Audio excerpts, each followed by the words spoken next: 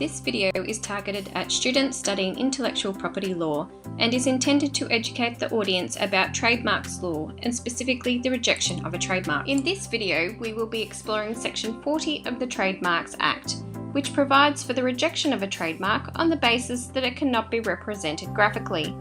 To do this, we will look at the definitions of trademark and sign, look at what represented graphically means, and identify instances where it may be difficult to represent a sign graphically. A trademark is defined in Section 17 of the Trademarks Act as a sign used or intended to be used to distinguish goods or services so dealt with or provided by any other person. Sign is defined in Section 6 of the Act as includes the following or any combination of the following, namely, any letter, word, name, signature, numeral, device, brand, heading label, ticket, aspect of packaging, shape, colour, sound or scent. For example, this Cadbury logo can be trademarked so that no other chocolate company can use it. This ensures there is no consumer confusion and enables Cadbury to distinguish their products. In this Cadbury image, the sign can be the words Cadbury in the particular font used, the colour purple or any combination of these.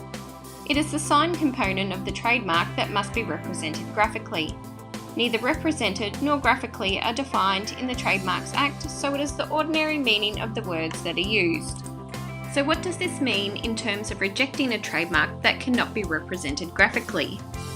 When registering a trademark, it is the non-traditional signs such as aspect of packaging, shape, colour, sound or scent that are most difficult to represent graphically. To overcome this, the trademarks regulations stipulate both a representation and a description of the sign must be provided. For example, if we go back to Cadbury, who have registered the colour purple as a trademark, in order to do this, they provided a reference to the colour code on a colour spectrum.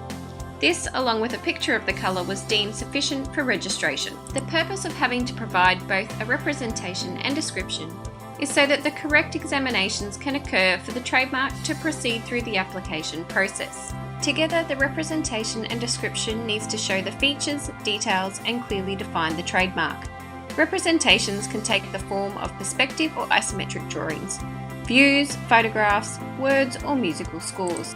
For colour signs, the actual colour must be provided, and for sound trademarks, a recording of the sound can be submitted with the application. Scent is the least registered non-traditional sign because it is difficult to unambiguously represent and describe. Scent cannot be seen or heard. Graphical representation in the form of technical data will not be accepted for registration as it does not convey a meaning to an ordinary person. Currently, there is only one scent trademark registered. Non-traditional signs are subject to the same test as all trademarks. That is, whether the sign claimed as a trademark is capable of distinguishing the goods or services of one trader from the similar goods or services of another. For example, in Woolworths and BP PCL No. 2, it was accepted by the court that the colour green was represented and described appropriately on the application.